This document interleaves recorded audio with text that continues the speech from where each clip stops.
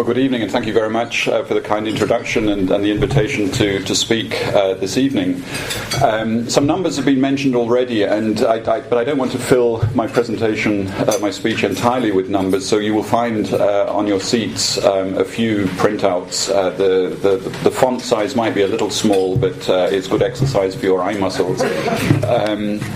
But if I can start by just taking one of the numbers that was mentioned earlier on, 500 billion euros and around 11% growth. That's the size of the internet economy in Europe today. 500 billion euros and 11% growth. And we all know that the growth of the economy overall is really very limited, sort of, maybe under 1% in the Eurozone this year and maybe 1.5% next year. And so it's, in a sense, a dream to be talking about an economy which is growing as fast as the internet economy, namely at over 10% a year, which will mean that by 2016, the internet economy in Europe will account for roughly 1 trillion euros. It'll be over 5% of European GDP, which, to put it in perspective, is about twice the size, or a little bit more than twice the size of the agricultural sector.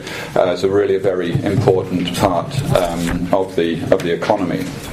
And the good news continues. The sun's shining, so we can have some good news messages, I think, this evening, at least at the beginning of the presentation, because if I name 8 countries to you, South Korea, Denmark, Sweden, Iceland, UK, the Netherlands, Finland and Luxembourg, then those 8 could essentially, in a sense, replace the G8 as the economies which are really leading when it comes to the digital economy. Maybe we should christen them the D8 or something. But these are the 8 countries which are really leading when it comes to the intensity index, which you'll see in the material that I distributed. Which is a measure of how advanced the internet economy is in a particular country. And of those 8 countries, 7 are European and 6 are members of the EU. So that's actually quite a remarkable position, I think, for Europe to be in. There are some laggards. Let's not talk at the moment about those. But these are really our strong internet economies in Europe. Strong because they have strong infrastructure, strong because they have strong e-commerce businesses, and strong because there is high engagement from consumers, businesses and governments.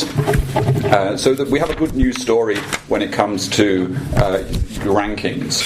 We also have a good news story when it comes to contributions to GDP. I mentioned the 5% number already for 2015, but if we look at the European leaders in the internet economy today, we're talking about contributions to GDP of something like 8 or 9%. We recently published a report on the Swedish digital economy, which accounts for about 8% of Swedish GDP. And the UK is probably about a similar level.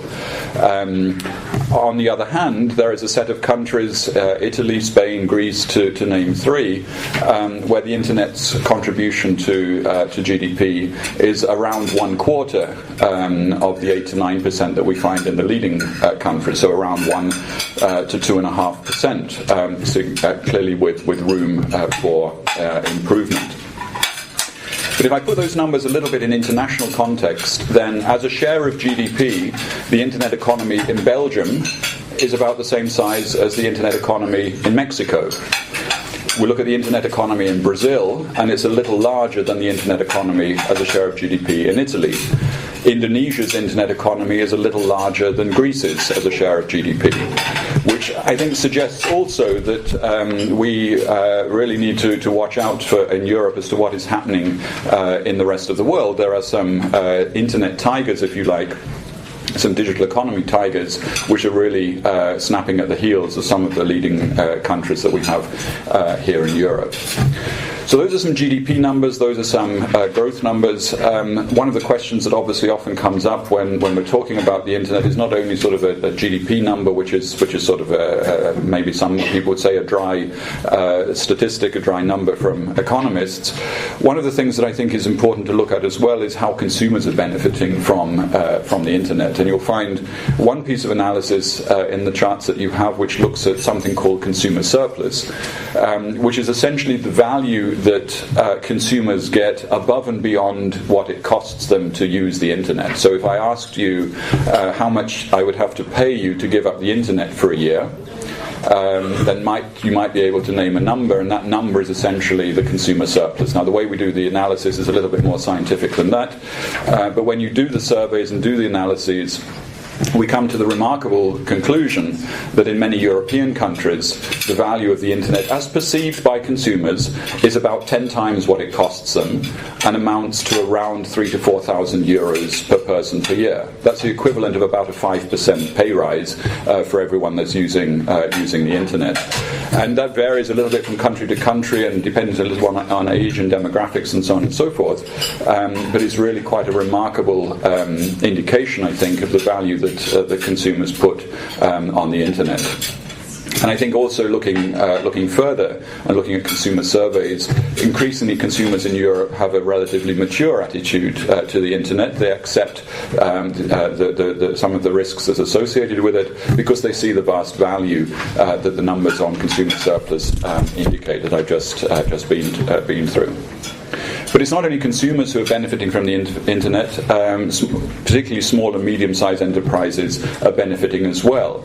And based on survey work that we have done across many European countries, it's clear that those small and medium-sized companies that are embracing the internet and using it for all sorts of different things, from e-procurement, supply chain, advertising, their HR system, social media, and so on and so forth, those companies who are embracing the internet are growing much more significantly than those that are not. The growth differential, if you like, between companies which are investing heavily and using the internet heavily and those that are not can be as much as about 10 percentage points per year. And that is a story which is consistent across Europe, but also consistent across the rest of the G20 as well. So consumers are benefiting, and small and medium-sized companies are benefiting as well.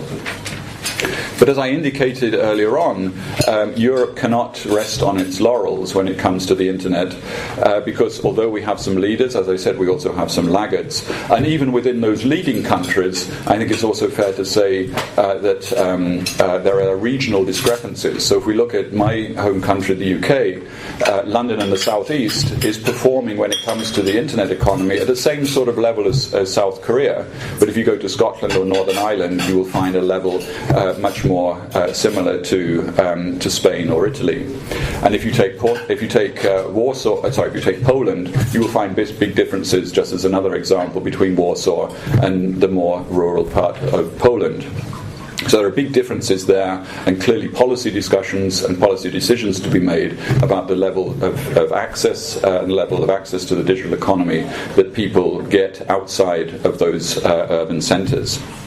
But it's not only those differences between countries which are important. There's also a big question, I think, of how much effort we are putting into continuing to stay ahead of some of the developing markets that I referred to. I mentioned Mexico, Indonesia, and several other countries.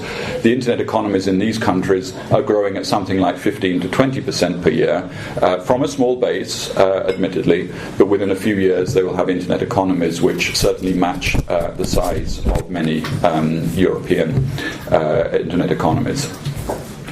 So in conclusion, maybe, and before we come to the following speeches and then the discussion, I think there are 5 broad areas for action that we need to focus on. First of all, clearly infrastructure investment is key to the digital economy, and we need in Europe to ensure that investments are being made both in fixed and mobile networks, fixed and mobile broadband networks, as well as in the supporting digital infrastructure that we often forget about, things like cloud and content delivery networks. Secondly, I think many people talk about data as the new oil. Well, let's go and prospect for it. Let's find that data, and let's find that those data-rich business models and encourage them, because they are going to drive much of the economic growth in the years to come. Thirdly, and consistently across all of the discussions that we've had with businesses, particularly small and medium-sized businesses, is that digital literacy is a major hurdle to many companies embracing the digital economy even more. That's digital literacy not only from school leavers, but also people who are looking to learn about the internet and the digital economy at a later stage in life. Digital literacy needs to be very much anchored in the European economy. Fourthly, entrepreneurialism. We need entrepreneurs to help grow many of these new business opportunities, to develop the next Spotify, the next Bottler, and many other such companies. But we also need the willingness and the support for the digital transformation of existing businesses, airlines, media companies, banks, post offices, and all businesses like that are becoming digital businesses. Every business is essentially a digital business, and those companies certainly need support and encouragement along the way of digital transformation. And last not least, a role for government. Many European countries, Denmark perhaps is the best example, have very clear programs for getting citizens online by offering e-government services. I think that is one area where government can play a very key and perhaps a fundamental role in encouraging citizens, encouraging consumers to get online by offering e-government services to a much broader extent than is possible today. So I mentioned half a billion euros today, €1 trillion in about 5 or 6 years' time. That's the growth opportunity that's in front of us, and I hope that the discussion this evening will be an encouraging one that will help identify concrete ways in which we can get to that magical trillion. Thank you.